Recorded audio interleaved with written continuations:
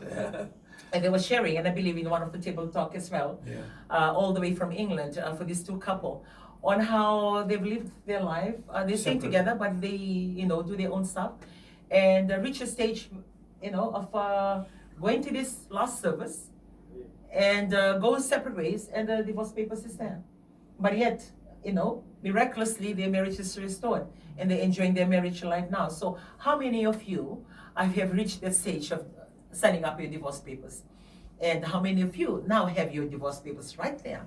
Have a very, very bad heated argument last night, or have decided, okay, 4 children, I take 2, you take 2. Or I take all of them, then you can do whatever that you want to do with your life. How many of you have reached that stage? And it can be something very little that happened, and just sort of like just pack it off. And I believe, like what Ngasele was sharing with us this morning, it takes commitment. When you're married, there are certain ways of how you carry your life, which means if you're going into a party or going into a social event or going on, attending anything, then you are married. So you need to consider that you are married in the way that you speak, the kind of language that you use, the kind of things that you, surround yourself with people, knowing, if I do this, will it make my wife happy? Or if I do this, will it make my husband happy? So don't do the things you know fully well that will offend them or make them unhappy, because those are the little things that create the fight and take away the joy of our marriage. There may be things about your husband or wife that you don't like. Think of a better way on how to handle it. Because there are always better ways on how to relate it through. Like what I said, on our marriage, there's a lot of things that he was doing, a lot of things that he was involved with that I don't like. But there was never a moment for me to be on a screaming mode or yelling mode or just telling him off or throwing his clothes out of the house. There was never on that moment, even though I totally disagree with the way that he was living his life, the way he was treating me, the way he was treating the children, and doing whatever that he was doing.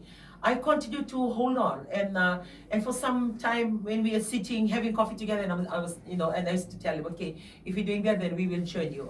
If you're doing that, and I will ask, okay, who all are going to be there? Or sometimes he says, okay, I'm going here. We have a flight attendant's interview. We're going here, and sometimes he goes, he does whatever he does, not faithful to our marriage, and all those things that was happening. But I just stood there because I love him and I love my children, and in my heart, if somebody's going to stay home and make it work, then it's going to be me.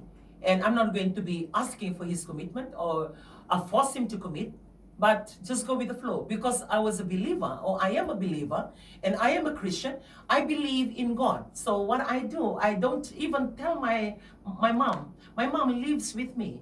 I don't even share with her what I was going through. She lives right in my home.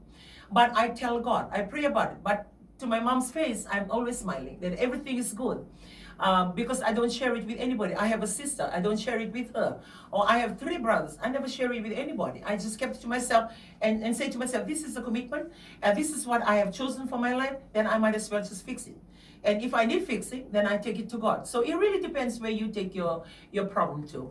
You may be running to your friends, you may be calling your friends, or you may be calling your mom, or calling your sister, or calling your brother. You may be sharing to a fair bit, a lot of people, or telling your workmates. And at the end of the day, when that works out between you, it affects the way that they look at your husband, or affect the way that they look at your wife. Because you've already aired your dirty laundry to everybody to know. But yet, that dirty laundry or that differences, it will be fixed because you're married for life.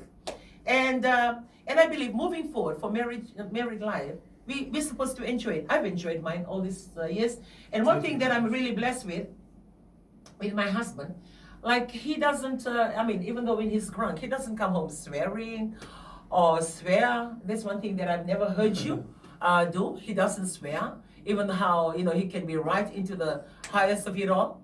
And he doesn't, like those kind of normal things that you would do when you're drunk. When he's drunk, there's one thing about him. It's very humbling. Very quiet. He becomes very, very quiet. He becomes too quiet. And when you know that he's quiet, and I look at him, eating and don't even know what is cassava and what is fish and putting it into his mouth and all the things that he's doing, and I'm watching him and I'm saying,